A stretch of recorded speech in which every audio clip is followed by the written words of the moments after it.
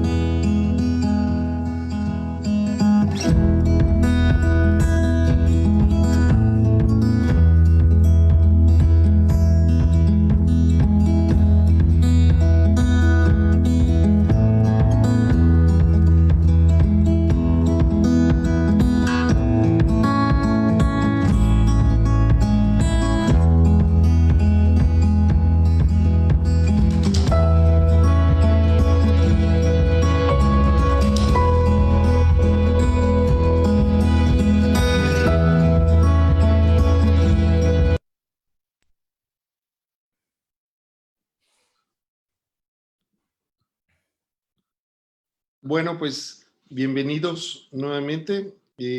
Como les dije, hoy vamos a tomar el tema de la abogacía y la ética. Queremos saludar a Carolina Ramón, que nos saluda desde el Facebook Live, también desde Ecuador, a Mónica Seis González desde Tapachula, a Larisa Pérez González. Buenas tardes, saludos desde Panamá a todos. Traté de ingresar al Zoom, pero no pude. Buenas tardes, saludos cordiales. María López, Carlos Antonio Llamosa, desde Yucatán, México, nos saluda. José Valles, Carlos Garibay, buenas tardes, Carlos. Uribe Gutiérrez García, Karen Martínez Montoya, Carolina, bueno, ahorita sobre la marcha iremos platicando. Bienvenido, doctor Pablo Villalba Bernier. Desde... Muy buenas tardes, un verdadero placer estar nuevamente con ustedes, un verdadero placer estar con mi amigo Alfonso Martínez Lascano, con la SECOSICE y la Universidad Autónoma de Chiapas. Y por cierto, también un caluroso saludo a Ricardo Martínez Quinteros, con quien, bueno, tenemos la suerte de hacer un replay de lo que había comenzado a hacer de hace 15 días atrás esta charla, así que la verdad muy agradecido, un saludo también muy especial a todos los cibernautas que hoy nos están siguiendo, que veo que nos siguen de todos lados, de modo que muy contentos de estar nuevamente con ustedes, porque en definitiva esto que estamos a la distancia parecería ser que nos hermana cada vez más y las distancias se van acortando y permiten que estemos muy unidos en toda Latinoamérica, nuestro subcontinente latinoamericano. Así que un saludo a todos. Bien, gracias. Ricardo Martínez Quintero, desde Colombia. Bienvenido, mi estimado tocayo. ¿Cómo estás? Muy bien, tocayo. Muy agradado, muy complacido de saludarlos nuevamente a los cibernautas, a todos los que nos acompañan. Saludo especial al doctor Villalba, que efectivamente en los últimos días y tiempos hemos concordado en mucho trabajo, y esa colectividad es la que nos permite nutrir de optimismo estas complejidades que seguramente las vamos a superar muy pronto. Excelente, bienvenidos. Bueno, pues entremos al tema. Habíamos dicho hace 15 días exactamente, tuvimos una interesante participación de muchos colegas, estudiantes también, sobre profundizar un poco más sobre la abogacía, la importancia de la abogacía en la sociedad. Y hoy vamos a tener, vamos a hablar de ética y también vamos antes de terminar, voy a poner unas palabras célebres y les voy a pedir a cada uno que nos hagan sus comentarios. Bueno, doctor Pablo Villalba Bernier, ¿qué importancia tiene la ética para el ejercicio de la abogacía? Bueno, fundamentalmente, desde mi punto de vista, la ética constituye una cuestión esencial dentro de la formación del abogado. Desgraciadamente, como creo que también ya lo habíamos dicho la vez anterior, las universidades latinoamericanas no toman a la ética con la relevancia y la importancia que debería tener.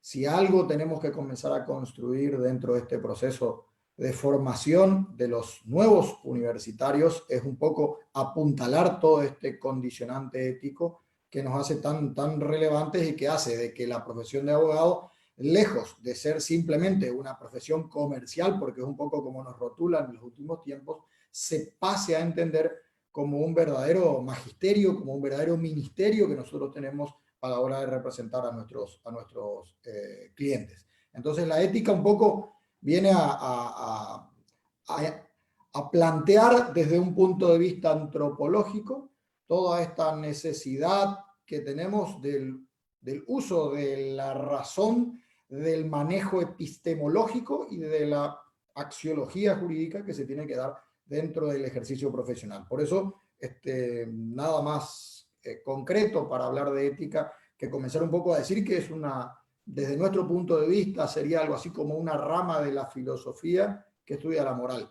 Y aquí nos metemos en un problema un poco grave, porque siempre solemos decir que cuando hablamos de ética, por un lado, se entiende a la ética como este conjunto de cosas, esta filosofía de la moral, pero que en realidad el individuo común, el que está en la calle, entiende que ética es igual a moral.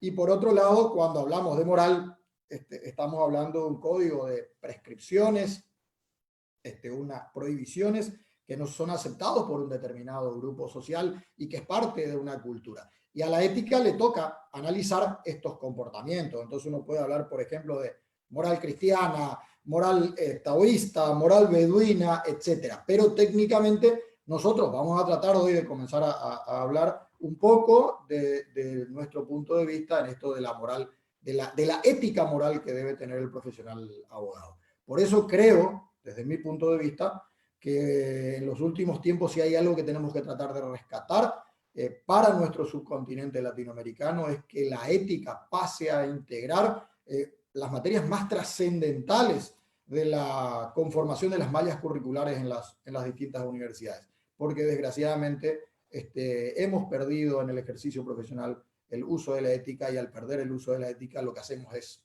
dispersar, lo que hacemos es volatilizar, y lo que hacemos es ver todo el ejercicio de la profesión de abogado desde un punto de vista extremadamente comercial, desde un punto de vista extremadamente financiero, económico, que creo que es nefasto para la profesión. Bien, bien. Estimado Ricardo Martínez, desde tu perspectiva, ya dijo el doctor Pablo Villalba que es necesario establecer dentro de la currícula una materia. Si fuera el primer día de ética de esa materia que ha diseñado el doctor Villalba, ¿cómo podríamos empezar a enseñar ética? Y también qué tan importante es la ética en la formación de los abogados, mi estimado tocayo. Pues yo me siento afortunado por la pregunta que me formulas y sobre todo porque rasguñando la piel saco la información para ser suficientemente apodíctico en el hecho. Yo fui profesor de deontología jurídica durante 15 años en una universidad pública.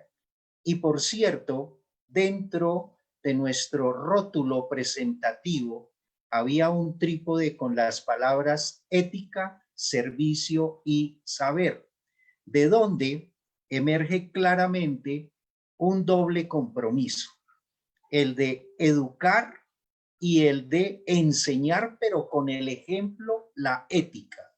Hay muchos textos que refieren de vieja data sobre ese deber ser, inclusive mucho antes de Emmanuel Kant, porque si revisamos la filosofía griega, la ética a Nicómaco, es uno de los mejores ejemplos y ejercicios de una manera de ser en la vida, de una manera de portarse. Y en la actualidad encontramos autores de gran sustancia en la temática, como es el caso de Sabater, Fernando Sabater, en sus hermosos textos referidos de manera sustancial a la ética, como la ética para Amador. De cualquier manera, me aseguro y me doy fianza en que esa ética tiene dos perspectivas.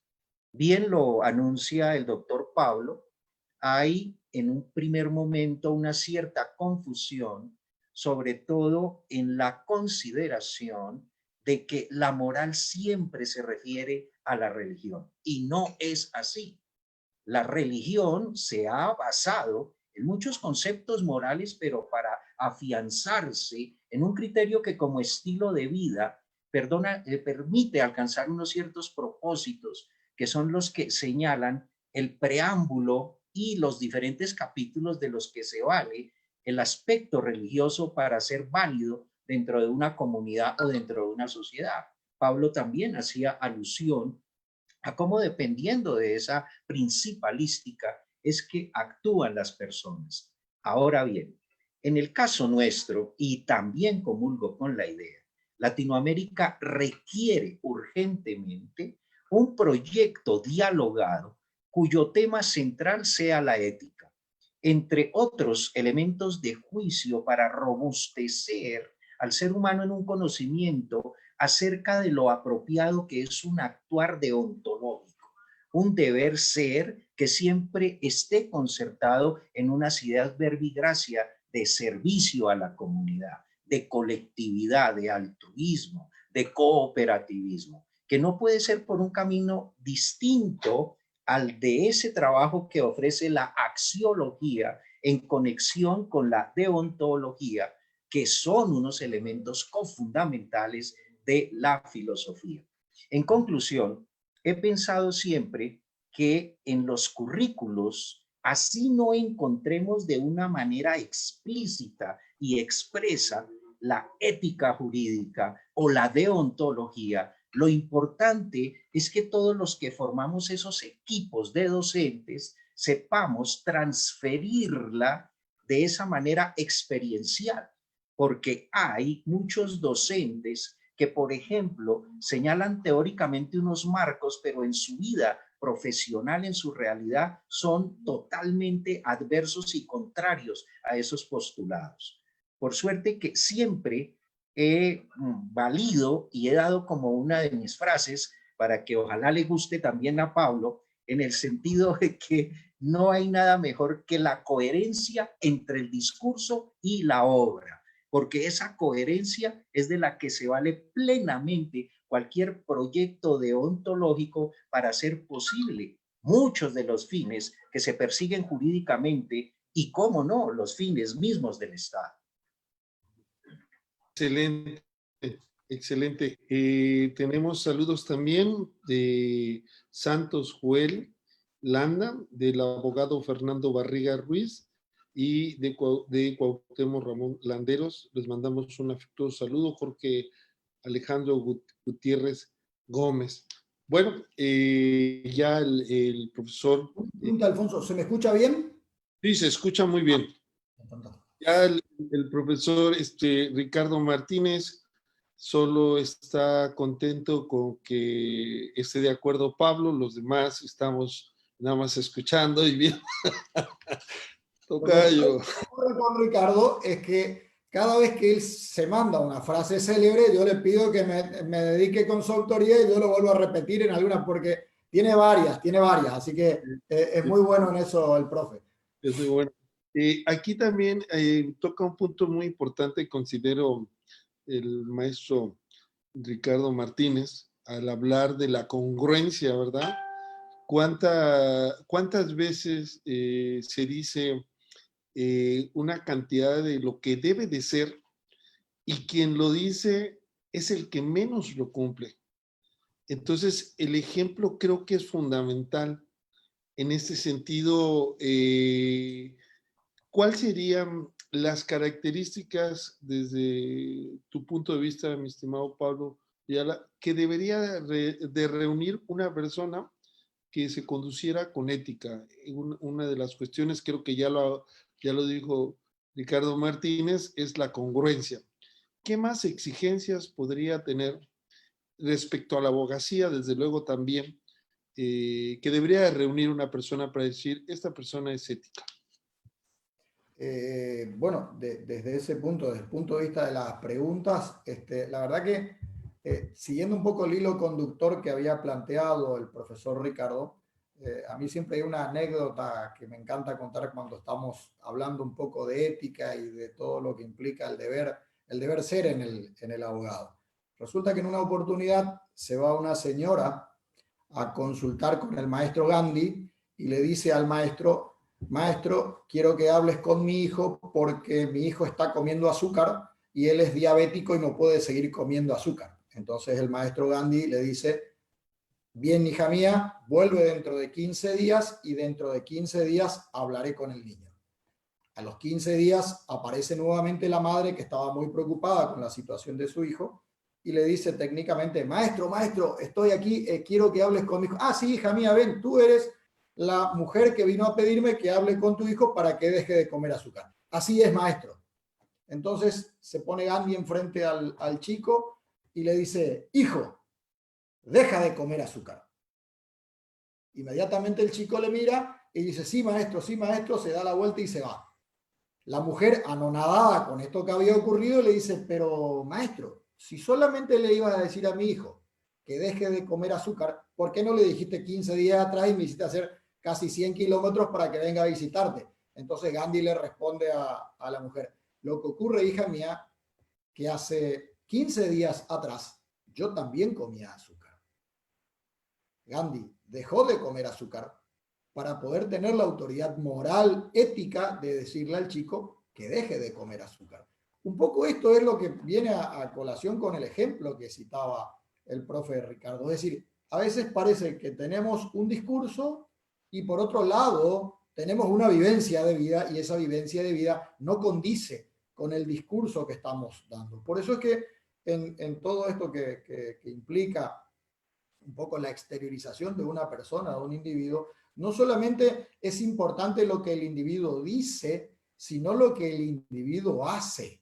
Y aquí tenemos serios inconvenientes en el ejercicio profesional, que hoy día incluso se puede traspolar a todos los niveles sociales dentro de la comunidad, como estos ámbitos de gran corruptela que tenemos en este momento, que es casi una cuestión común en casi todos los países latinoamericanos, desgraciadamente, donde ¿cómo hacemos para que dentro del campo académico estos marcos de corrupción no se terminen traspolando y termine siendo una moneda común de uso corriente? Hay una vieja, hace poco se hizo una estadística en mi país donde se le preguntaba al chico de la secundaria qué profesión tenía que cumplir ese chico para ser millonario. El 94% de los chicos contestaron político. Y uno dice: pero ¿y la política acaso es para hacerse millonario? La política es para el servicio, para el bien común. Entonces, un poco eso también viene hacia los abogados. Tenemos que, cuando hablamos de ética, estamos hablando de, señores, yo creo que no se da la ética si no hay conocimiento. Tiene que haber conocimiento, un conocimiento aplicado al derecho. Tiene que haber mucha humildad de parte del profesional. Tiene que darse también una competencia por parte del profesional, que no tiene que engañar al cliente, y por sobre todas las cosas tiene que haber coherencia de vida. Si nosotros estamos haciendo academia y dentro de la academia somos capaces de sentarnos, hablar en un marco multitudinario donde gente que ni conocemos nos escucha hablar de ética, pues los mínimos que tenemos que tratar de cultivar como personas, porque en definitiva debemos cultivar, tratar de ser buenas personas, es ser ético en lo que nosotros hacemos y ético en lo que nosotros pregonamos. Porque si nosotros no vamos a tener esa connotación o no vamos a respetar esas circunstancias, pues sencillamente seremos un poco más de lo que hablaba Ricardo. Hablaremos, seremos príncipes de la oratoria, por un lado, y por otro lado viviremos de una manera totalmente distinta. Esa falta de coherencia nos hace mucho daño y es un poco una violación ética muy grande dentro de lo que implica el marco de la profesión de abogados. Muy bien, muy bien. Saludamos también a Desiree Benítez, no sé si... Lo ubico. De nombre lo ubico. Su nombre parecido, ¿verdad? Saludos con todo cariño y respeto a ella, también a Nasa Valencia, alumna del Secosice de Colombia, saludos. A María López también, muy interesantes los temas. Gilda Sainz, desde Venezuela, desde Villaflores, es un municipio de Chiapas. A Héctor Lara Molina, Nancy Brago, saludos también. Muchas gracias por acompañarnos aquí. Estamos en espera de algunas preguntas. Y voy a aprovechar lo que dijo el doctor Ricardo Martínez, referente a que él ha tenido la oportunidad de dar este tipo de materias en la universidad, dentro de su formación y de promover la formación de abogados. ¿Cómo acreditar, cómo se acredita en una universidad la ética? ¿Cómo acredita un profesor de ética que un alumno pase ética? En la actualidad existen unos mecanismos que indudablemente son amparo a esa clase de dinámicas, como uno puede detectar el grado de convencimiento del sujeto acerca de su inspección ética. Cuando nosotros hablamos, por ejemplo, de la autoevaluación, ese es un llamado al estudiante a un enfrentamiento consigo mismo. En tal virtud, él puede de esa manera alojarse en su intimidad para descubrir si efectivamente esos temas que se han visto desde lo teórico empiezan a ampararse en su razón de ser, en su razón de actuar.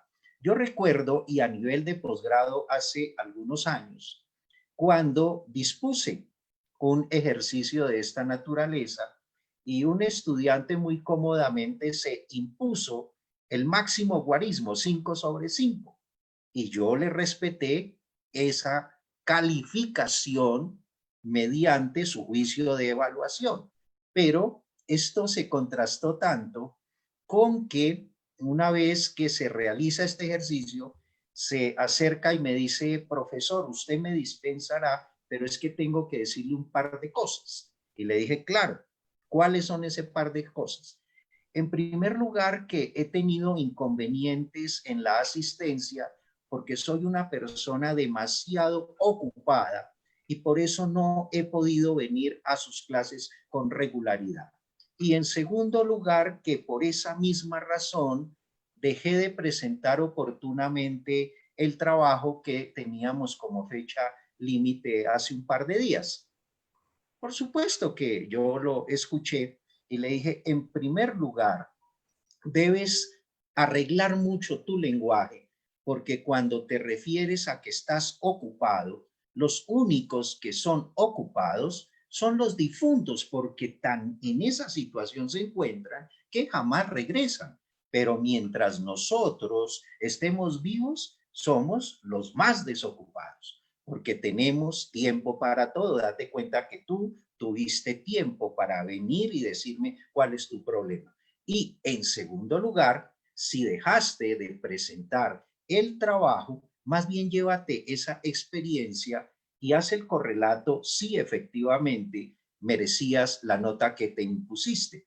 Pero de cualquier manera, en tu caso, lo más importante no está en ese guarismo, no está en esa nota, está en ti mismo, como una experiencia de vida, como una experiencia de persona. Y sobre todo para no defraudarte a sí mismo, porque pienso que estas contrariedades, Estas adversidades son las que generan esas aporías a las que hizo instancia Pablo, en el sentido que vienen haciendo expedito el camino para que el profesional se vulgarice y para que con esa vulgarización corrompa el Estado, corrompa la sociedad. Porque una persona, cuando es férrea en su personalidad, custodiadora de sus principios, estoy convencido que es el mejor ejemplo de la ética. Y ahora bien, en el terreno más práctico, ¿cómo es que determinamos los docentes y que con Pablo compartimos esa experiencia de orientar y gobernar académicamente estudiantes? Es indispensable el que esos seguimientos, que también forman parte de la actual metodología en lo que llaman calidad, término que yo discuto, porque calidad sin exigencia no es calidad, pero no es el tema, por eso lo dejo de lado. Quiero referir al hecho de cómo nuestros egresados, a través de sus logros, es como destacan su razón de ser deontológica, porque hay muchos profesionales que no se les puede medir por la ambición ni por la riqueza, sino por los éxitos que se inmaterializan y son verdaderamente la fortuna que a ellos los patentiza como profesionales. Es el caso de los filósofos.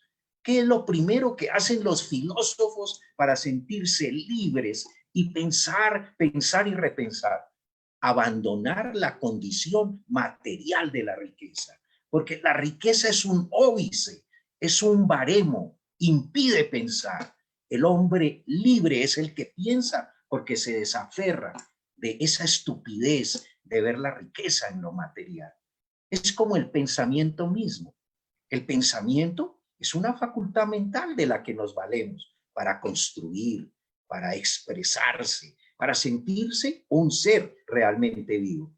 Y a propósito de esto, ya para cerrar, querido tocayo, y no te pongas celoso cuando hago alusión a Pablo, sino por la sencilla razón que Pablo es un exigente en esta clase de ejercicios dialógicos. Y como yo no le temo a estos juicios dialógicos, por eso es que siempre lo enfrento con mucho cariño, porque yo hago mucho uso y lo cito en todos mis textos, porque en realidad él también tiene sus frases que me ayudan y sobre todo que construimos mutuamente. Pero refería al caso, querido tocayo, de cómo a trasluz de todo esto, la concepción deontológica es la que libera al ser humano para hacerlo un hombre o una mujer compatibles con su pensamiento. Es decir, que lo que pienso y digo es lo que efectivamente hago, pero por convicción, no por una condición distinta. Siempre el imperativo como categórico de la convicción. No existe convicción sin coherencia. Entonces, esos nexos son los que nos permiten descubrir esa deontología. No hay otro camino. Muy bien, excelente. Saludamos también a Merlin Martínez. Buenas tardes, qué gusto volver a escucharlos. Saludos con afectos. Colibrí Mari Sainz, también una excelente estudiante egresada de la maestría en defensa de derechos humanos. Ahora nos saluda desde Monterrey. Tenemos también saludos de Pablo Garbarino desde Buenos Aires, Argentina. Y nos dice, la ética lo es todo. También nos saluda Jorge Antonio Cortés González, Diana Paola Espinosa Fuentes, licenciado Edgardo, buenas tardes, María Mercedes, Fernando Barriga. El principio de moralidad humana se refleja en la ética. Bueno, vamos a pasar a otra fase del programa para hacerlo un poco dinámico. No hemos preparado nada, ni nos hemos puesto de acuerdo. Así que voy a Nos saluda desde San Cristóbal también Roberto, MC, saludos. Voy a poner en la pantalla unas frases y le voy a pedir en turno primero al doctor Pablo, luego al doctor Ricardo, que nos hagan los comentarios al respecto, ¿no? Vamos a empezar con el profesor Pablo Villalba Bernier. Espero que este ejercicio, esta metodología refresque un poquito más, aprovechando a grandes pensadores, ¿no? Desde el principio. Bueno, ahí tenemos la primera que le corresponde al doctor Pablo Villalba. A ver, ¿qué opina usted? Dice que hay un viejo refrán que los abogados somos muy hábiles con quedarnos con los bienes de nuestros clientes. Bueno, eso es algo que... Antes de continuar, un saludo muy especial a Marley, un saludo muy especial a todos los cibernautas y un saludo muy especial a mi señora esposa, porque en realidad Desiree Benítez es mi señora y que hoy me pidió el link para seguir, así que un saludo muy afectuoso. Bueno, cuando se habla de esto es un poco la forma como nos ven. Los abogados, desgraciadamente, a consecuencia de este poco celo hacia la ética, de este poco celo hacia lo moral y de no respeto de los mandatos del abogado, ha llegado a construir una profesión que desgraciadamente, no por todos por cierto, pero por un número muy importante, se ha desprestigiado de tal manera que a consecuencia, no sé qué pasará en Colombia y México, pero en Paraguay, por ejemplo, a nosotros se nos identifica con el cuervo. El cuervo es un animal que solamente come carroña. Entonces, no sé cómo será en otros lugares, pero un poco es la visión que se tiene desde un punto de vista del abogado. Esto es justamente una de las cosas que tenemos que cambiar. Recuerdo siempre un profesor venía y nos decía, había un viejo litigio entre dos personas y el profesor nos contaba la anécdota. Va a consultar a un cliente con su abogado y le dice el abogado, quédese tranquilo señor, esa vaca es suya. Estaba con él el junior que estaba aprendiendo, al rato siguiente aparece la otra persona que también se consideraba dueño de la vaca. Entonces le dice el abogado nuevamente, quédese tranquila señora, que esa vaca es suya. El junior cuando estaba ya anonadado, porque cómo es posible que le diga a una parte que la vaca iba a ser de ella y a la otra parte que la vaca también era de ella, le pregunta al junior, pero dígame, doctor, usted que me tiene que enseñar, usted que me tiene que orientar, ¿cómo es posible que le diga a una parte que la vaca va a ser de él y a la otra parte le dice exactamente lo mismo? Entonces el abogado le dice, no te preocupes, hijo mío, que cuando este juicio termine, la vaca va a ser nuestra. La vaca va a ser mía. Bueno, eso es un poco a nivel de chiste lo que ocurre muchas veces. Nosotros siempre catalogamos y los tenemos así ya casi encasillados, muchos colegas que tienen, vuelvo a reiterar, la rara habilidad de quedarse con los de sus clientes. Y eso nos hace mucho mal.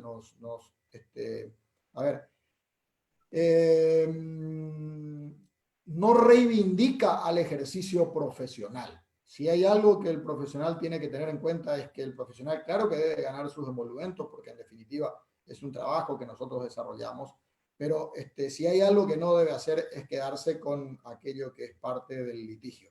De hecho, que esto está sancionado por la mayoría de las leyes, incluso penales, y esto es directamente un atentado contra los intereses de nuestro cliente. Sin embargo, tenemos que ser absolutamente sinceros, los hay en el primer mundo como en el mundo desarrollado. Esto no es un atributo de ninguno de las potencias ni nada por el estilo, pero da la casualidad de que desgraciadamente se presenta y muy comúnmente en el ejercicio profesional. Bueno, es detestable. Sí, como no hay ninguna otra profesión en este programa, pero también quiero decir que muchas profesiones hoy actualmente son muy cuestionables. Es decir, no solamente nosotros, pero pues nosotros tenemos que cuestionarnos a los abogados. Ya les tocará a ellos hacer sus propios juicios. Bueno, ahora le toca al doctor Ricardo Martínez una frase de Napoleón Bonaparte, a ver qué opina. Y es importante también que nos aclare el contexto. A ver. Efectivamente, este es uno de los apéndices que mayor crítica produce, el derecho positivo. En tanto que en nuestro medio hay una frase muy conocida que echa la ley, echa la trampa. Y todo obedece a esas argucias, a esas mañas, a esas tendencias adversas al control racional sobre los hechos para desquiciar el mismo contenido en la expresión semántica y literal. Yo recuerdo cómo hace no pocos años en Colombia se me dio una discusión respecto de lo que era la restricción de la libertad domiciliaria. Y resulta que esa discusión se centró en el tema de si efectivamente había violación a la obligación adquirida por la persona de la que se había reputado en su favor el domicilio para permanecer y no en un centro carcelario, si superaba el portón de su casa o el portón de su apartamento.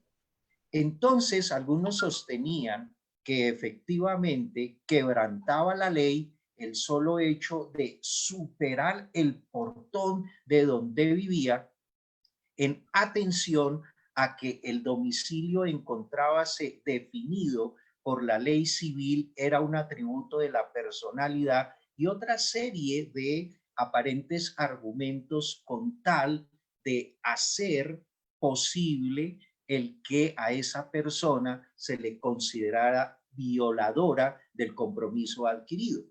A tiempo que otros considerábamos que el domicilio, si bien era un atributo de la personalidad, no era comparable con una cárcel.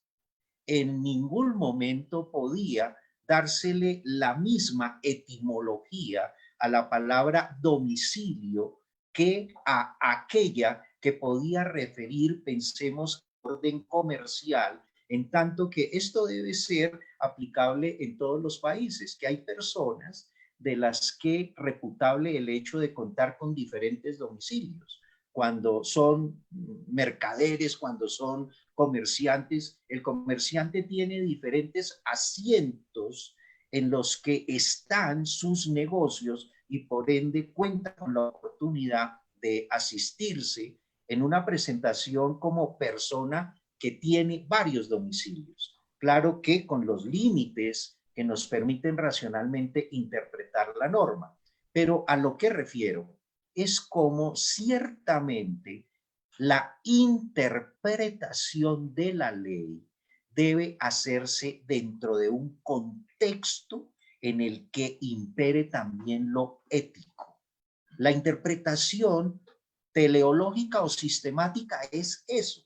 ¿Cómo advierto la interpretación dentro de un marco que controla la intención del legislador, sin dañar esa que fue la avidez, y de ahí expresiones tales como cuál fue el espíritu de la norma? Y pienso que aquí es donde encuéntrase el quid del asunto, el punto azimut, en el sentido de que cuando busco corroer el espíritu de la norma, estoy actuando en contra de la naturaleza misma de ella, y uno de los efectos colaterales, el de estar maltratando la ética, estar alterando el derecho, y que se llega a esa concepción planteada por nada menos Napoleón Bonaparte.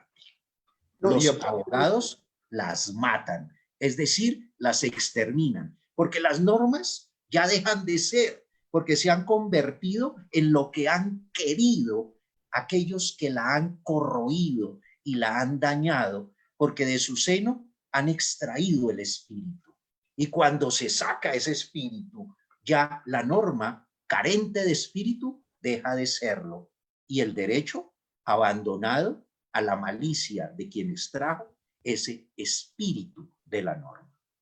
Ese es un temazo, porque inclusive nosotros vemos en México que la Suprema Corte de Justicia de la Nación muchas veces se interpreta la ley con regresiones muy severas a los derechos humanos. Pero eso es un tema donde se distorsiona los avances culturales que se van generando y los órganos jurisdiccionales interpretan desde el punto de vista faccioso y político con intereses ajenos a la justicia. Pero es un tema muy interesante. Y ahora vamos con Pablo Villalba. Le tocan las... Siempre le tocan... vamos a dejar pasar Son esto. las cosas complicadas a mí, ¿eh? Sí, sí. Un abogado con maleta puede robar Vamos a dejar pasar esto.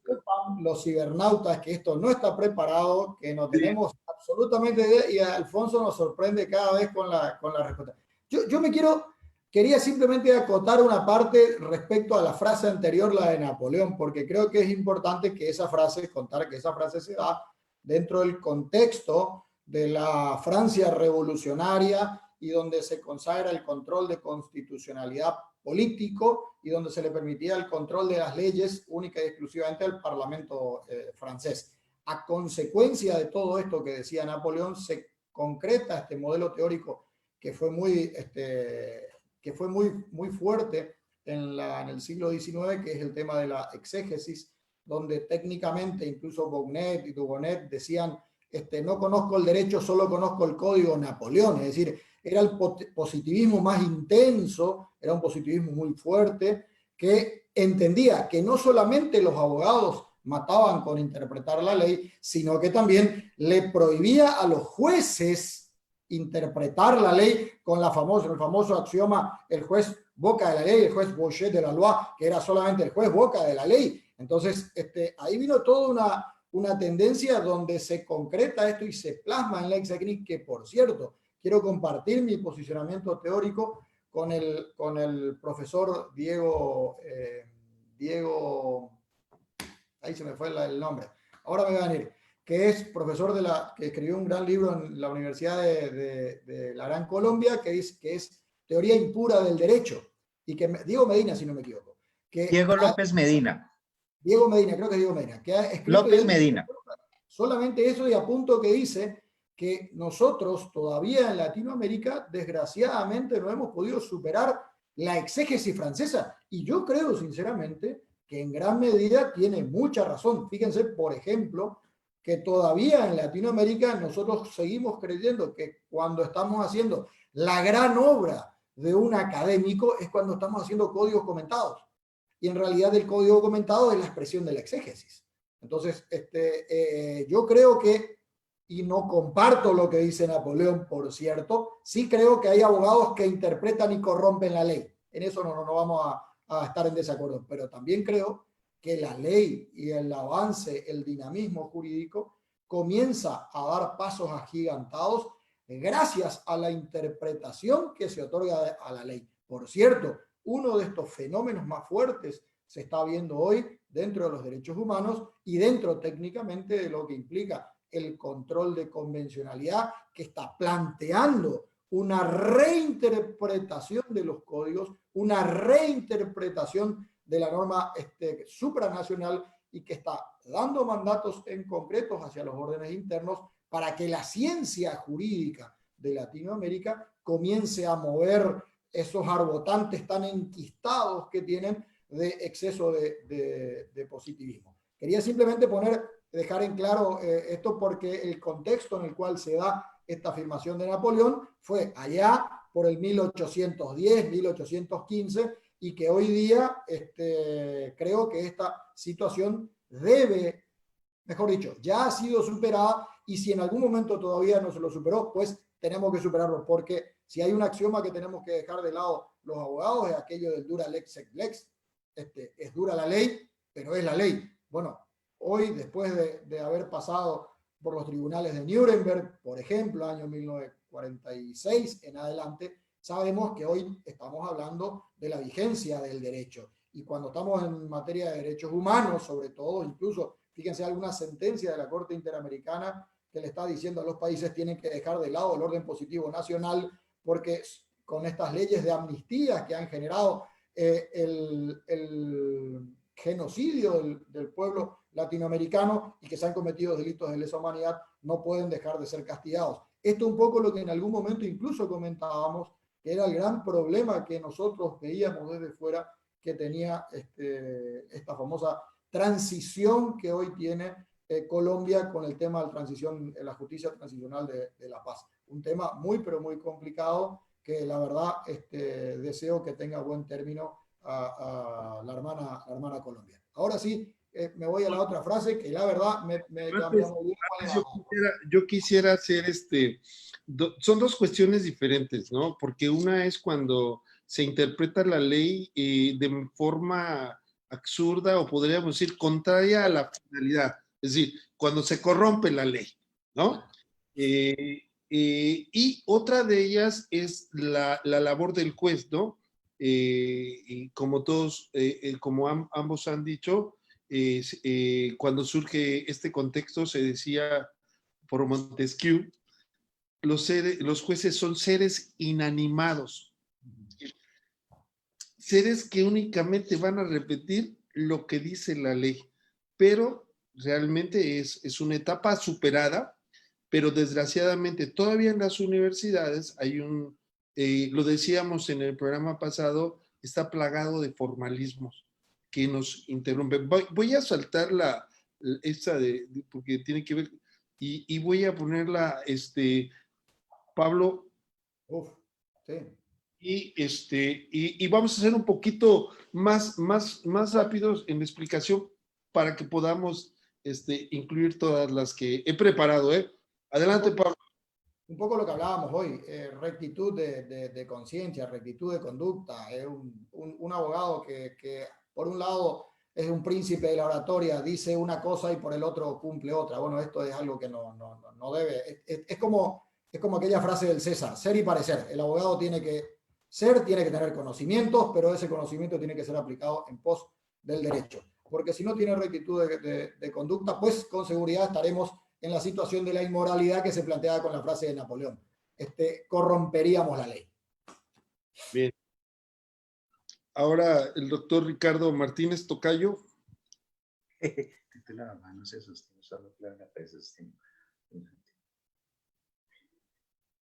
Sí, la perseverancia, la permanencia, la habitatividad es una característica insustituible e insobornable en quienes ejercen la abogacía. Es decir, que hay un primer elemento que es el que tiene que ver con esa actitud que le hace al sujeto susceptible el verse como un profesional del derecho. En la actualidad, yo he venido fomentando mucho la idea de la gran diferencia entre lo que es la titulación y la educación, porque en esas expresiones mercantilistas de calidad hay mucha titulación, pero poca educación. Y dentro de la educación es donde está esa porción ética que no puede en ningún momento alterarse, sino más bien enaltecer la justicia, la vocación por la justicia. En todas las áreas que hace permisible el ejercicio profesional, las leyes, es ese incuestionable en el que el sujeto se ampara, pulula, vive en él de una manera enamorada, de una manera apasionada. Y es quizá de lo único portentoso que he visto en los programas de doctorado y de PhD, en el sentido de que ahí es donde se nota una intelectualidad pasional por el tema y por el personaje que como autor uno ha escogido. Es decir, la pasión tiene que asimilarse a ese elemento que envuelve al sujeto para rendirle culto a su profesión, porque no de otra manera puede entenderse, porque lamentablemente hay muchas personas que tienen en demasía títulos, pero no los ejercen, o bien porque no están dentro de ese espectro del cual se espera el desarrollo de su actividad, o simplemente porque les son contrarios y adversos con sus actos a los principios y los cánones orientadores de ese derecho. Porque bien lo decía el doctor Pablo y también hacía el complemento eficaz el tocayo, en punto a cómo el derecho en su evolución no pierde, sino ratifica y encumbra sus principios, que son la sustancia misma. La sustancia no hay que confundirla con las esencias, porque la sustancia es la que permite la existencia de las esencias. Es algo similar a la célula respecto de los cromosomas y los genes, pero en el caso más íntimo de la abogacía es esa sustancia a la que debe rendirle el profesional ese culto con convicción, con denuedo. En mi actividad como juez, soy un permanente y acérrimo admirador de los defensores públicos. Porque para el defensor público no hay horario, para el defensor público no hay nada distinto a su vocación para en el estrado judicial remover escombros y darle conocimiento al derecho. Mas sí critico sobre todo al Ministerio Público, que por no tener la obligación, porque para ellos es facultativo, el de asistir a las diferentes audiencias, allí es donde se puede medir ese grado de pasión o no por el derecho. De tal manera que ese que he calificado como envolvente es todo lo que matiza esa esencia que le da suficiencia a la sustancia. Lo demás, sí, son títulos, son reconocimientos, pero que no destacan realmente ese amor que puede sentir la persona por aquello que estudió. Y en el caso del derecho, por lo que es tan amplio en su cobertura la opción del ejercicio, es fácilmente medible esa condición de quien se hace el estudio. Porque algunos hemos tenido, por la bondad de la misma naturaleza, oportunidad de ejercer en todos los ámbitos, como docentes, como catedráticos, como investigadores, como decanos, como jueces, como magistrados, como procuradores delegados, como tratadistas. Y es por eso que en ocasiones no hacemos nada distinto que recoger toda esa información de nuestra vida. Ah, y a propósito, doctor Martínez, tocayo, Pablo, queridos cibernautas, pueblo de Chiapas, tengo que ir a visitarlos. Hoy hace 36 años. Pero nos están escuchando en Venezuela, en Panamá. Entonces dije cibernautas. Dije cibernautas.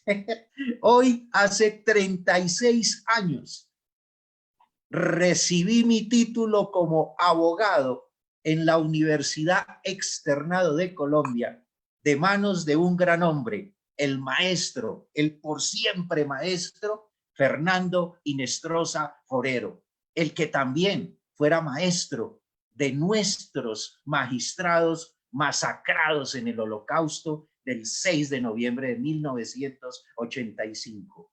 A ellos mi respeto, mi honor y culto a sus memorias. Ellos sí que eran apasionados por esto del derecho. Pues muchas felicidades por haberse recordado que hace 36 años, yo hace apenas una semana que recibí mi título. No soy tan grande como vos, Yo creo que todos damos más de 30. Es ético, profesor Alfonso, que no mintamos en Sí, cámara. sí. No porque se vea uno con una piel fresca, ¿verdad? Quiere decir uno que... Vamos a tratar, les pido que sean más breves, porque cada lámina que pongo es como una enciclopedia. No para una conferencia. Tenemos una conferencia. Marvin Méndez Cuevas, saludos. Héctor Lara Molina, saludos. Regina Martínez Hernández, saludos. Y Carlos Rociano, saludos. Por ahí me dijo una enfermera, Sayuri Uber, dice que sí es una excelente reflexión, soy enfermera y efectivamente la ética es fundamental en cualquier profesión. Saludos desde Chiapas, dice. Bueno, vamos a la parte ya casi acercándonos. Les voy a dar 2 minutos, 3 minutos para cada lámina que tenemos ya. Adelante, doctor Pablo, con la siguiente. Sí, un poco es lo que decían hoy uno de los cibernautas, decía, la ética es todo. Sí, en gran parte para el ejercicio profesional, para el ejercicio de la abogacía, creo que la ética es fundamental y Albert Camus lo ha dicho de una manera muy gráfica, con esto de que el hombre sin ética es una bestia, es un salvaje. Yo creo que sí, que comparto plenamente con él esta afirmación y por eso vuelvo a reiterar lo que ya decíamos en un principio. En algún momento tenemos que comenzar a recapitular, a reformular, a replantearnos todo lo que nosotros damos en el ámbito educativo de los distintos países latinoamericanos. Si hay algo que hemos olvidado es el tema ético y que creo que es fundamental cuando las universidades más serias del mundo ponen como esencial el estudio de la ética, de la lógica, de la metodología. Quizás son 3 factores que nosotros en Latinoamérica todavía no hemos sabido darle el apuntalamiento necesario y desgraciadamente tenemos un nivel ético muy deplorable, muy criticable, aunque también debemos ser absolutamente serios en el sentido de decir que hay muchísima gente que sí se mueve dentro del marco de la ética. Pero creo que a nivel educativo se debe agudizar con mucho énfasis lo que implica la transformación. A mí en mi cargo de decano en este momento de una universidad, justamente paradójico es con relación a esta conferencia. La semana pasada tenía justamente una charla con todos los profesores de deontología y de ética, donde justamente esto le estaba solicitando como un defecto que nosotros estábamos notando dentro de nuestra malla curricular, para que ustedes vean que este tema es un tema de gran actualidad y un tema que en este momento algunos estamos tratando de preocuparnos porque creemos que no vamos a poder vivir dentro de un marco de regularidad si es que no apuntalamos con mucho énfasis la ética del profesional abogado. Muy bien, muy bien. Cuando parece que va a terminar, va agarrando fuerza, ¿no? y, me voy acordando de otras cosas. Sí, me agarra que sea un gesto. La vez pasada hablamos de un gesto maradoniano, ahora vamos a hablar un gesto de Valderrama, el pibe, y voy con la pelota, avanzo. Sí. Cuando parece que la va a soltar, se sigue. Y algo muy interesante que ahorita que viendo la frase, voy a agregar algo, si me lo permiten. La ética parece ser que nos humaniza. Yo tengo una frase que dice, tan solo somos animales jugando a la civilización. Bueno, pues la ética yo creo que nos da el factor humano de lo que queremos entender lo que es humano. Ahora toca al tocayo Ricardo Martínez.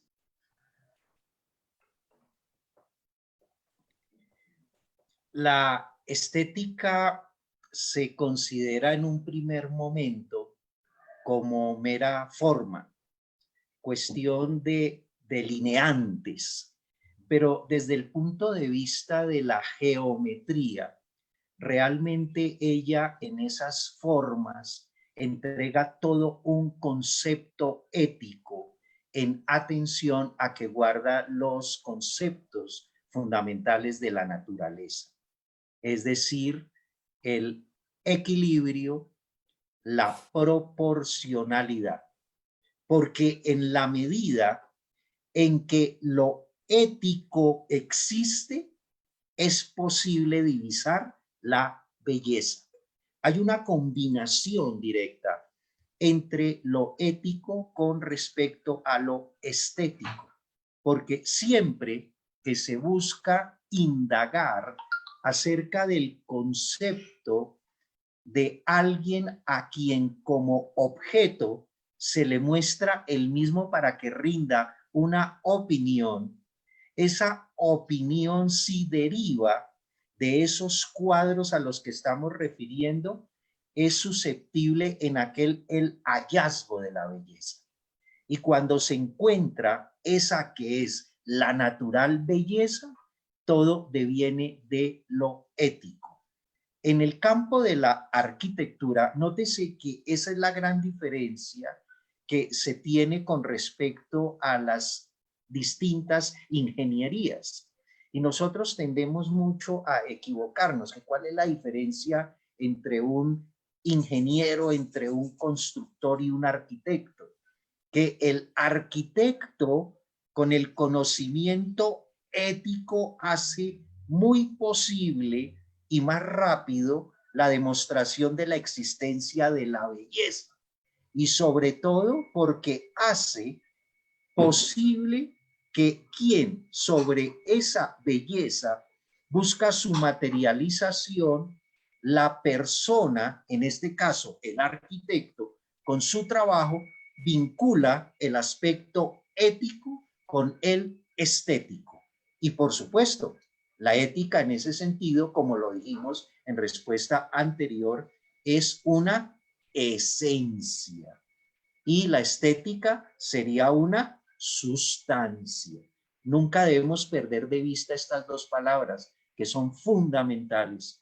Una sociedad que tenga clara su sustancia no fallará en sus esencias. Perfecto. Se reduce a 2 minutos ya las participaciones. Doctor Pablo Villalba.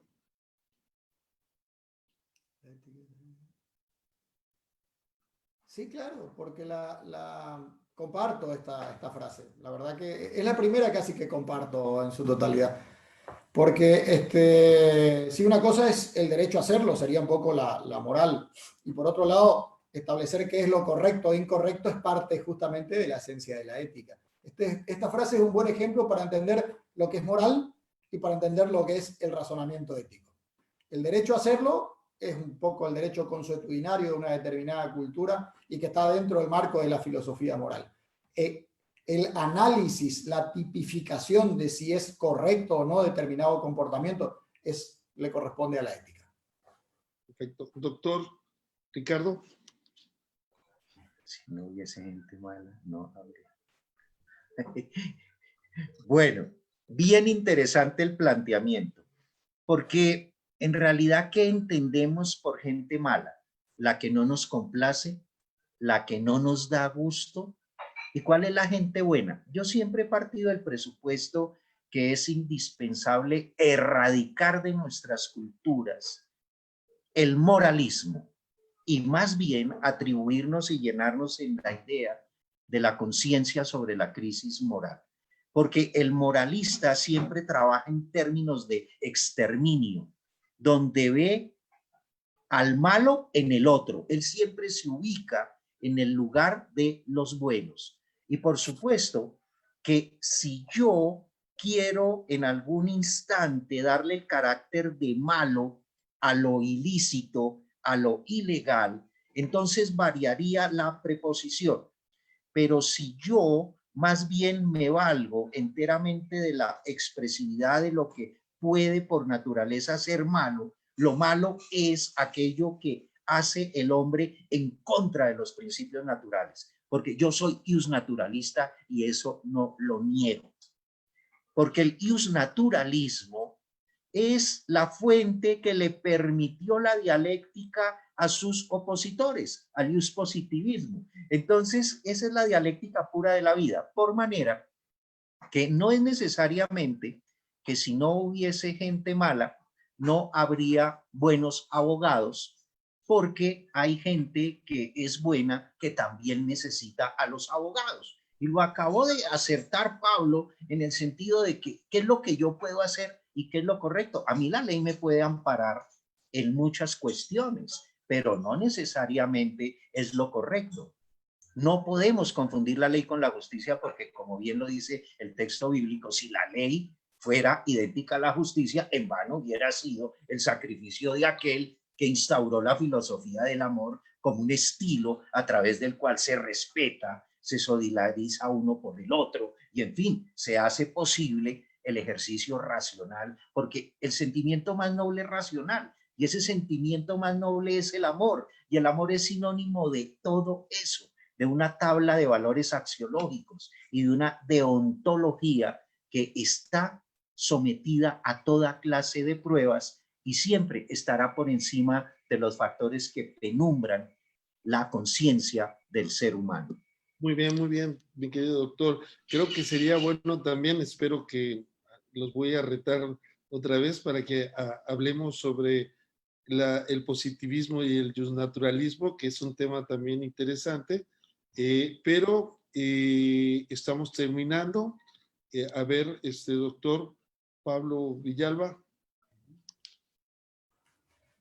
Cada aspecto de la cultura occidental necesita un nuevo código ético, una nueva ética racional como condición previa para el renacimiento. Comparto en parte, pero no de manera absoluta. Creo que, a ver, yo sí creo que no tanto en Occidente, porque creo que la cultura occidental ya se ha replanteado toda esta cuestión ética.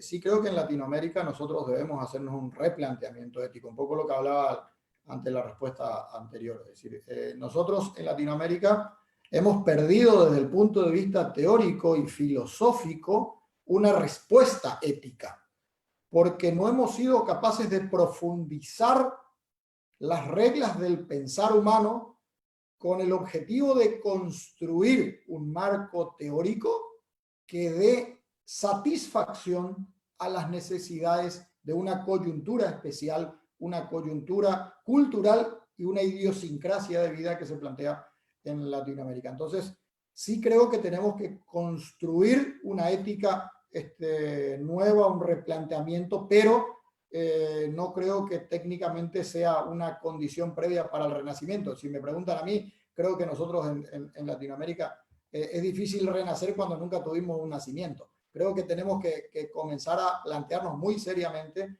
la cuestión del replanteamiento ético. Quizás un poco en esto de la ética encontremos todas las respuestas que hoy día se plantean en casi todos los países latinoamericanos a consecuencia de la gran estela de corrupción que se tienen, que es donde casi es prácticamente una sintonía que en todos los países ocurre de la misma manera.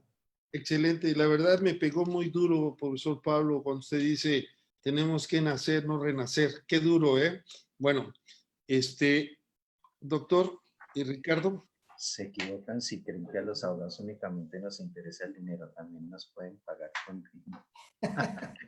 Bueno, eso aquí en Colombia hace unos 15 años aproximadamente se les denominó a un grupo de abogados que ejercían en las llamadas y conocidas juris como los chulos, en tanto que los chulos, el animal el cuervo al que tú te referiste, Pablo, la carroña, y todo porque ellos aceptaban a cambio de su trabajo electrodomésticos, etcétera, y se decía, es que no solo con dinero nos pueden pagar.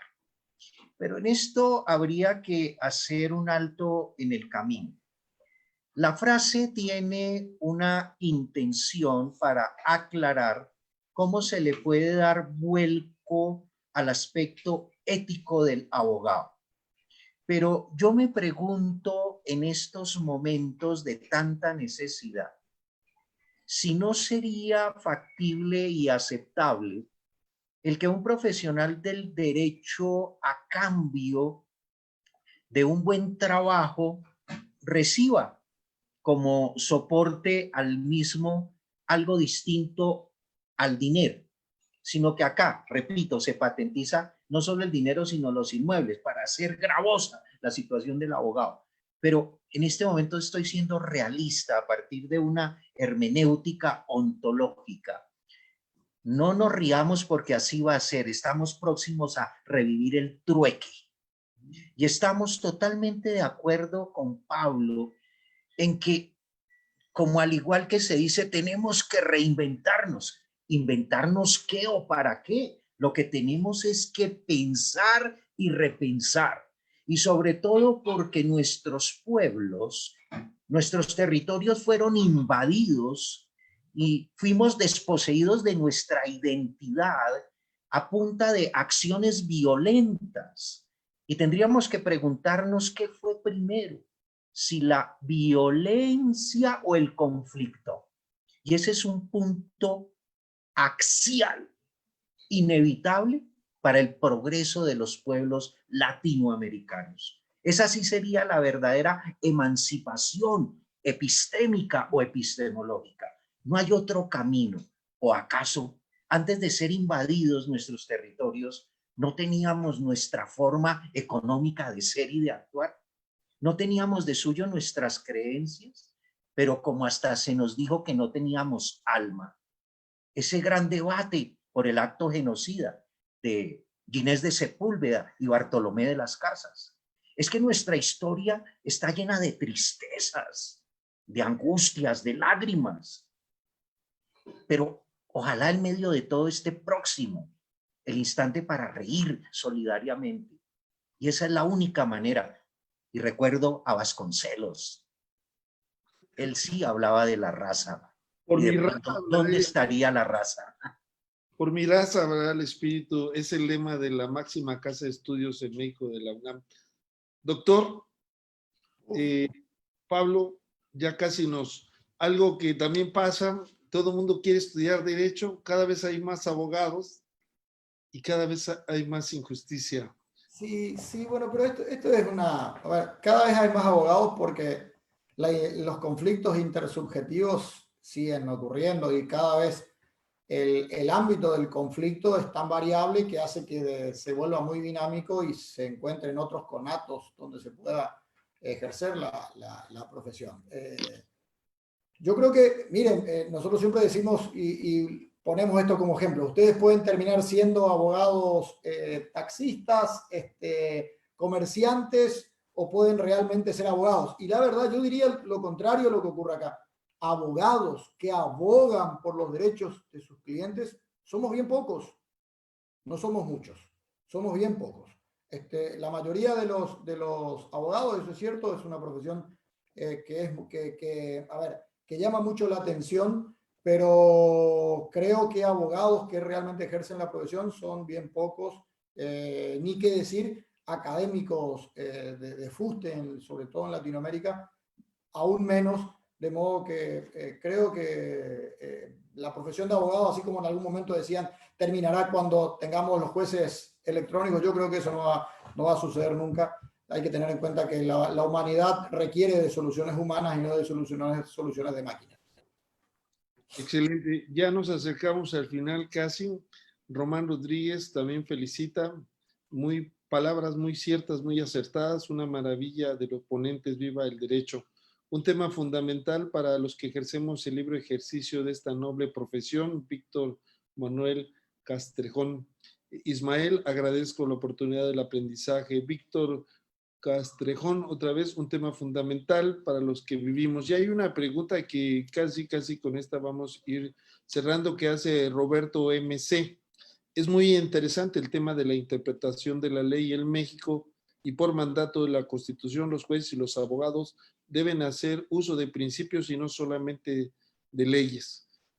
Por ejemplo, la interpretación conforme, el principio de la interpretación conforme, tanto útil al momento de utilizar para aplicar y interpretar la ley, porque el derecho no se reduce solo a la ley, sino va más allá. Bueno, una pregunta para el profesor de Colombia. Dice, ¿en Colombia es posible que toda interpretación debe partir del respeto no solo al texto de la ley, sino también al espíritu de la ley suprema. Y con esa respuesta vamos a ir cerrando para que al final cada uno de ustedes nos diga su conclusión final sobre la ética y el derecho, que ha sido el tema toral de este programa. Doctor Ricardo Martínez. Nosotros tuvimos una simbiosis que consistió en la nueva proclama constitucional porque antes indudablemente obedecíamos a un criterio de neta legalidad. A partir de la Constitución de 1991 en su artículo primero, que es el que estructuralmente hace la postura de la creación del Estado Social de Derecho con fundamento en el respeto por la dignidad humana. Y ese fundamento es el que da la posibilidad de la construcción de esa principalística, es decir, esos principios que son los 10 primeros artículos de nuestra Carta, que le dan el andamiaje a los siguientes, que van hasta el artículo 40, que son los derechos fundamentales. De tal manera que, sin lugar a dudas, esa metamorfosis nuestra hace que hoy en día la interpretación no se haga de manera exclusiva desde la legalidad, y aquí hemos tenido muchos inconvenientes por eso, en tanto que el juez actúa como un creador, un agente constructor de derecho.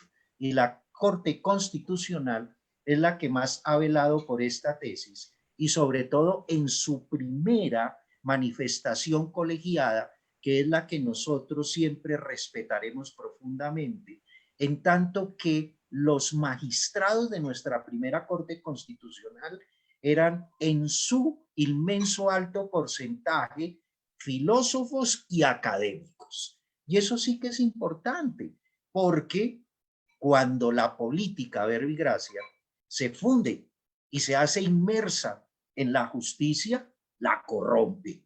Es decir, que en un principio esa esencia hay que cuidarla, porque se puede corromper en la sustancia. Esa es una interpretación muy rápida por lo demás, pero sí, en este momento nosotros somos de esa interpretación del orden teleológico, sistemático, donde el juez es un creador de derecho, no es un repetidor de normas.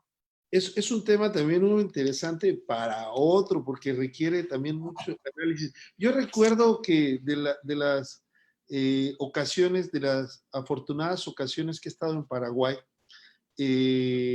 platicaba con algunos magistrados, algunos jueces y abogados sobre esto de la creación del derecho por parte de los jueces.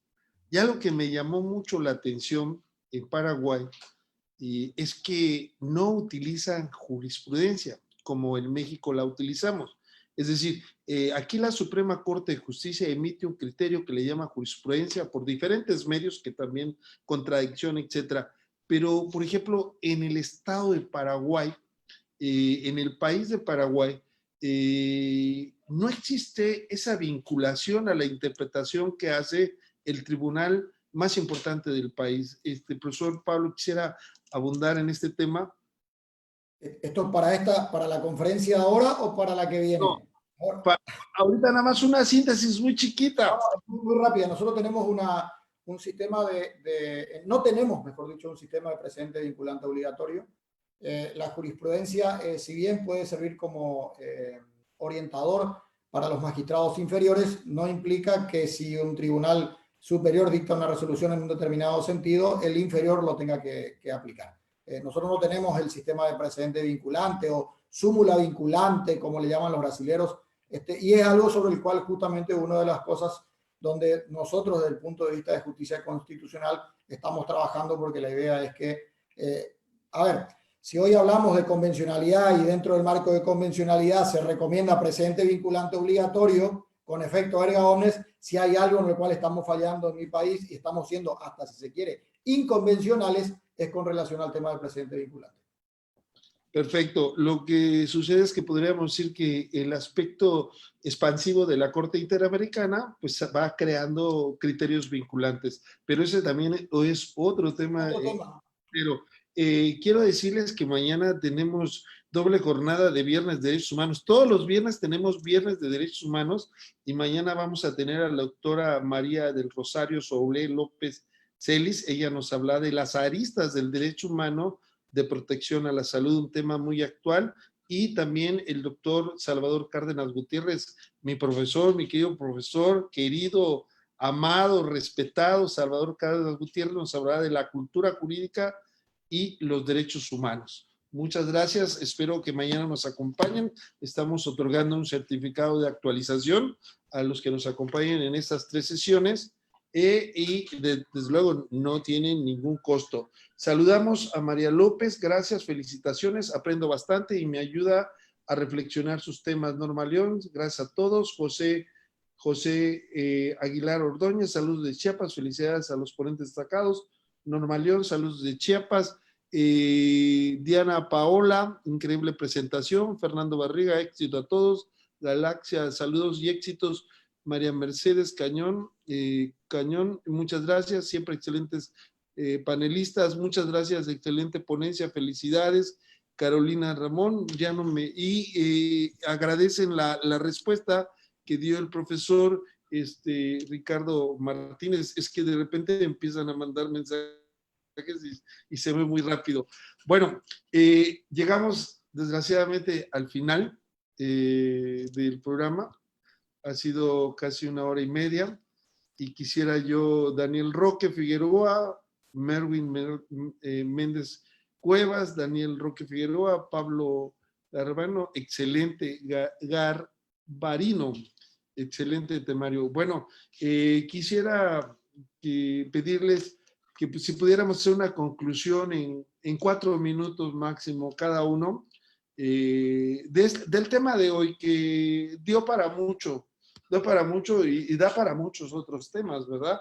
Entonces, quisiera que nos dieran la conclusión de este programa. Nos preguntan, excelente espacio para la reflexión académica, ¿cómo podemos obtener las constancias? Bueno, tenemos un correo, le voy a pedir a Daniel que ponga el correo para que se escriban, ahí les hacemos llegar todas las actividades que tenemos en el SECOSIS en la universidad y todas no tienen costo y si tiene permanencia en las actividades, desde luego reconocemos su valía con un certificado otorgado por la máxima casa de estudios de Chiapas. Ahí acaban de poner, el correo es extensión.secosise@unash.mx. Bueno, ahora sí, doctor Pablo Villalba, sus conclusiones, por favor. Tiene usted nada más 2 horas para darlas. No, no es cierto.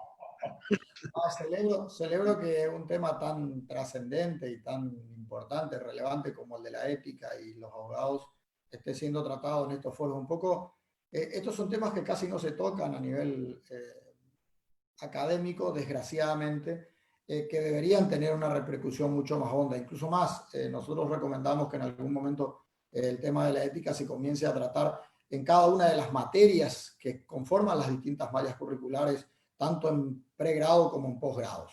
Así que la verdad, mis felicitaciones a los que hacen posible este encuentro permanente, un agradecimiento también muy especial a la SECOSISE, que por segunda vez nos están recibiendo. Eso implica que hubo un hondo impacto en la vez anterior que tuvimos, así que la verdad nos sentimos, a título personal, me siento muy cómodo cuando estamos dando estas reflexiones. Un saludo muy especial a vos, Alfonso, y a todo tu grupo de trabajo, y también al doctor Ricardo Martínez, con quien me encanta debatir, intercambiar opiniones, y deseándole un éxito muy importante en su posicionamiento en las altas cortes colombianas. Así que ojalá que eso se pueda concretar en algún momento, porque académicos de fuste como usted harían un honor a todas estas cortes, altas cortes de los países latinoamericanos. Simplemente cerrar con una cuestión. Ojo, este asunto de la ética, este asunto de la cuestión de la abogacía y la ética, también hay que ser absolutamente sincero, requiere de un posicionamiento teórico, y el posicionamiento teórico va a marcar a qué tipo de ética nosotros vamos a responder. No es lo mismo la ética positivista, la ética naturalista, la ética marxista o la ética existencialista de Sartre. O sea, seamos claros también en este punto, porque si no parecería ser que la ética es genérica y en realidad hay muchos niveles de ética, y esto hace de que esto dé para muchísimo más, y que encantado cuando nos vuelvan a invitar estaremos prestos para brindarnos a toda esta comunidad académica, que por cierto ya no responde solamente a Chiapas, sino que responde técnicamente a toda Latinoamérica. Así que mis felicitaciones para los organizadores. Muchas gracias. Se me ocurre así, pensando en las reflexiones, así, aunque no le guste el concepto de reflexiones a nuestro querido tocayo, por ejemplo, que hubiera derecho civil, derecho procesal civil y éticas de derecho civil, ¿no? Que tuviera, no sé, es una reflexión, ¿no? Porque no es lo mismo la ética en problemas de familia que en problemas de patrimonio No es lo mismo la ética en problemas de penal que en problemas de civil. Por ejemplo, esa frase que decía que solamente abogados, personas malas requieren de buenos abogados. En el ámbito civil muchas veces eso no ocurre. Responde a otra ética totalmente distinta. Lo que ocurre es que siempre cuando hablamos de ética lo vinculamos con aquella persona que cometió ilícito. Entonces la pregunta siempre es cómo defenderle a quien sabemos que es delincuente. Un poco por ahí viene esa pregunta y esa reflexión. Claro. Y con eso respondemos a Juan José Aguilar, que hacía la pregunta, pero también, por ejemplo, cómo el abogado, y eso ya será otro tema, se tiene que enfrentar al Estado como malo, por decirlo, cuando viola sistemáticamente derechos humanos o cuando de manera generalizada utiliza la tortura, como en México, para sacar declaraciones a las personas que son procesadas penalmente. También con la misma franqueza y cariño y afecto para Ricardo Martínez, esperando que logre su acometido tan merecido y que hoy tenemos la oportunidad nuevamente de escucharlo. Mi querido doctor Ricardo Martínez Quintero, ¿cómo cierra usted? Por favor, no nos haga sentir una vibra muy fuerte, por favor. El ímpetu es parte de esa ética. Un agradecimiento muy especial, doctor Pablo Tocayo, y a todos los hermanos latinoamericanos que sé que nos estamos entronizando en una misma idea, que es una energía que permitirá el rompimiento de paradigmas. Esos paradigmas que deben ser rotos con la misma esencia de la ética. La ética de suyo es un faro que nos permite caminar con seguridad al estriberón, porque así como los derechos fundamentales son entendibles porque ellos derivan también y muestran unos límites. Esa es la ética, porque en tanto que la ética es bastión de apoyo, descubro hasta dónde puedo ejercer racionalmente mis derechos sin afectar los de los demás. Y ahí es donde está todo el cuadro axiológico, donde está la justicia, la solidaridad, el cooperativismo, la lealtad, la honestidad, la disciplina, la puntualidad. Y no se crea que la ética, por ser parte de la filosofía, es abstracta. Al contrario, como lo diría Piovani, entre otros, la filosofía es la que más certidumbre le da a la vida sin desconocer el carácter pluralista del derecho, que es la sumatoria de todas las ideologías que se han trabajado en filosofía y que le sirven al derecho para su progreso. Siempre será un honor estar entre vosotros y vosotras, porque el lenguaje majestático es el que va a hacer posible en nosotros esa pedida emancipación epistémica, el sabernos decir somos, estamos, vamos, caminamos, trabajamos unidos, que hay un cordón umbilical entre todos los latinoamericanos y veremos cómo el progreso es lo único que nos espera. Perfecto, muy bien. Quiero recordarles que mañana tenemos doble jornada de Viernes de Derechos Humanos con dos temas muy interesantes, aristas del derecho humano de protección a la salud a las 10 de la mañana y a las 11 tendremos con el doctor Salvador Cárdenas Gutiérrez la cultura jurídica y los derechos humanos. A nombre de la Universidad Autónoma de Chiapas, a través del SECOCICE, queremos agradecer a todos los que nos siguen, a todas las que nos siguen y desde luego a nuestros queridos amigos sudamericanos, latinoamericanos, por sus reflexiones que realmente nos hacen pensar, nos hacen meditar y también resalta la importancia de la abogacía en una sociedad que reclama justicia. Hasta pronto y buenas noches y nos vemos en el próximo foro permanente de acceso a la justicia en 15 días. Hasta pronto.